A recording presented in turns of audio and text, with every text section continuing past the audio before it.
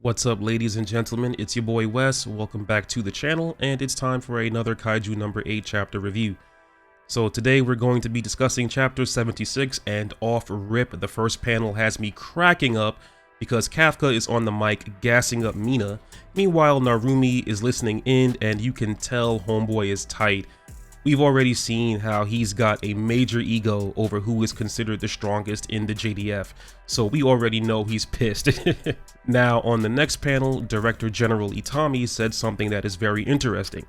He mentions that Mina is the best at subjugating giant class kaiju, so that got me thinking about Narumi. Narumi is technically the strongest in the JDF due to his compatibility with the force suits, but when it comes to slaying smaller class kaiju, Hoshina revealed earlier on that he outperforms Narumi in that class, and in this chapter, we learn that Narumi is also outperformed in the supergiant class kaiju ranks as well. So I guess either Narumi is a jack of all trades, or Mina and Hoshina really are that well suited to killing specific kinds of kaiju. It adds another dynamic to the power scaling in this series, that just because you are the strongest, that doesn't necessarily make you the best in every class among the JDF's forces. Once again, it's reiterated that the Kronos railgun is unique, and that requires an even more unique person to utilize it. And that makes Mina the only one in the entire world who is capable of firing it to its maximum capability. Itami also speculates that if the JDF had access to Mina's ability to use Kronos back during their clash with Kaiju number 6, that they definitely could have come out on the other side of that fight with significantly less casualties than what they did. That says a lot because up until the appearance of number 9, Kaiju number 6 was the de facto strongest Daikaiju ever fought in history, and it took the life of Kikoru's mother Hikari while using the number 4 suit to bring it down. So moving on, Mina loads up one final round into Kronos and then snipes the final remaining giant kaiju, and I ain't gonna lie, I kinda feel bad for this kaiju. It's just looking at some random light beaming its way like, what the heck is that in the sky? Then the next thing it does is look down to see this tiny hole in its chest, and then boom, it explodes. Didn't even have a chance to recognize that it was being attacked. That is how quickly Mina capped all 6 of those kaiju.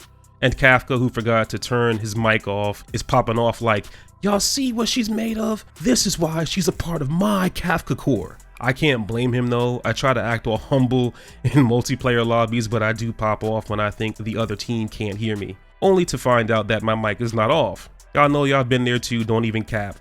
So, the tide of the kaiju invasion seems to be turning in favor of humanity. The JDF has been putting in work, and they managed to successfully lock down multiple locations. Meanwhile, we see Kikoru and Narumi both having the same thoughts about the current situation. There is just no way a coordinated attack perpetrated by number 9 will end with a whimper, because nothing serious has taken place so far. All of the kaiju that have appeared made it seem like their goal was to target humanity's most essential facilities, but so far they've done nothing to cause any real lasting damage. Not only that, but the JDF hasn't even incurred any losses, which is something that I was also wondering about while reading this because of how odd the whole thing is. So, in light of this, Commander Narumi suspects that the kaiju must be after something else. And then Kaiju number 9 makes a return. I just love number 9 as a villain, kind of like how I love Aizen from Bleach. I love those villains that carefully plan out how they're going to mess with the main cast of heroes next, and it always brings the hype whenever a fight goes down. So, number 9 is back, and he is surprised by number 8 not making any sort of move whatsoever. But he's like, meh, that's fine too, because all of the pieces are nearly in place. We don't know what's about to happen, but we know it's not good. My guess is that he may be targeting the other numbers weapons for assimilation, but we'll cross that road if we get there. The next thing we see is the Defense Force unit that is supporting Narumi is now coming under attack from the sewer system underneath them, and water erupts from every manhole nearby until the ground explodes from underneath them, and then We get the appearance of a Daikaiju with a fortitude level of 9.0, putting it on par with Kaiju number 10. And then things get even crazier, because over on Kikoru's end, she encounters another type of Daikaiju, and I've been wondering when this Kaiju was going to reappear, because the last time we've seen it, it looked as though it had shapeshifted and altered its appearance to look exactly like Kikoru, but with black hair, just before it transformed and speared everyone in its vicinity. I don't know what's up with this one. I don't know if number 9 created her like that to specifically mess with Kikoru's mind or what. We do know that this Kaiju was searching for Kikoru herself, because when it finds her, it says, "Kikoru Shinomiya, I have found you." This lets us know that Kikoru is at least considered a dangerous enough threat to be a target by one of number 9's henchmen. Remember, number 9 has access to Isao's memories, potentially. For all we know, Isao could have already been aware that Kikoru was chosen as a candidate for weapons number 4, which means that by extension, number 9 would know that as well, and will have devised a plan specifically for Kikoru. Last time we've seen Dark Kikoru, it launched this lightning fast attack and hit multiple targets at once, so in order to challenge a Kaiju attack that fast, you would need someone who has enough speed and mobility to react to an attack like that, which we know that Kikoru can do now that she has Numbers Weapon 4. I can't wait to see this fight go down, but hold up, pump the brakes, because this wild ride of a chapter isn't even over. Another Daikaiju over 9.0 fortitude appears in front of my boy, Soshiro Cut You Up Hoshina, and it totally resembles Kaiju number 10 if you look at it closely.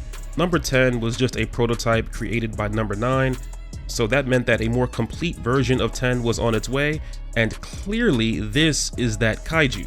You can tell by the visual information of its design, looking at the Cyclops eye, its similar teeth, and the fact that it has 2 horns instead of the 1 horn that number 10 had. Yo, a part of me really wants Hoshina to subjugate this Kaiju so that the JDF can hurry up and turn it into a weapon. Just imagine Hoshina having access to both a talking suit and an annoying talking blade, kind of like how Dante in Devil May Cry 3 had Agni and Rudra, pissing him off. And honestly, I do think that this is what will happen when it's all said and done. It would be predictable, but it's just too fun of an idea to pass up on. Honestly, at this point, I wouldn't even know which matchup I want to see first. And the Daikaiju reveals still aren't even done. Even more Daikaiju show up, and because of their fortitude levels all being above 9.0, each and every one of them receives classification on the spot. We've got Kaiju number 11 versus Narumi, we've got Kaiju number 12 versus Hoshina, Kaiju number 13, aka the Speed Force Kaiju, Kaiju number 14, and last but not least, Kaiju number 15 versus Kikoru. Out of all of them, number 15 is easily the creepiest one, clearly on some Junji Ito type juice. And then Kaiju number 14, that looks like a harmless monolith, is likely a problem too. In fact, they probably all are. And if I remember correctly, there were multiple rumors based on these Daikaiju, and some of them are missing. We know that one of them was a supergiant class white luminous Kaiju spotted in Japan's mountain regions. So I wonder why the remaining Kaiju are staying hidden. My best guess is that this will be where the users of Numbers Weapons 3, 5, and 7 will come into play. They haven't been talked about at all since, I believe it was chapter 68, but Hasegawa revealed that the JDF already has suitable candidates for those weapons. It mostly comes down to figuring out when and where those troops should be deployed on the field. If we go by classic shonen tropes that Matsumoto has absolutely no problem borrowing from, then the 3 remaining weapons will possibly go to the 3 remaining supporting cast, that being Iharu Furuhashi, Aoi Kaguragi, and Haruichi Izumo.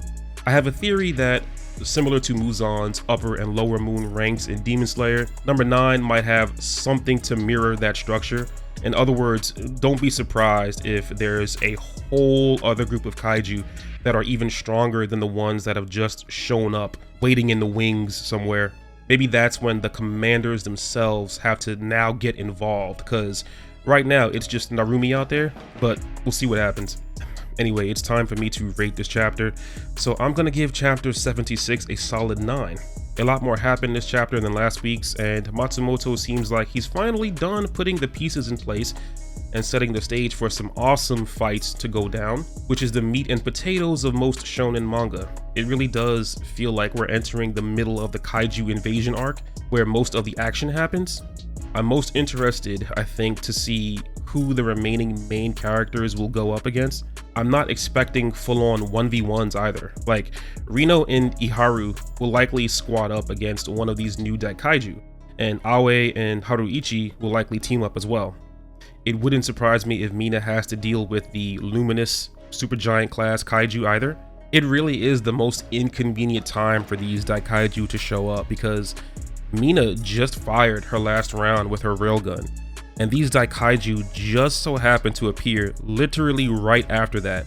It's almost like number 9 knew how things would play out and baited Mina into firing all of her railgun ammo until it's on cooldown. Anyway, I'm liking the way this arc is going. Let me know what you guys think about this chapter and what could potentially happen next.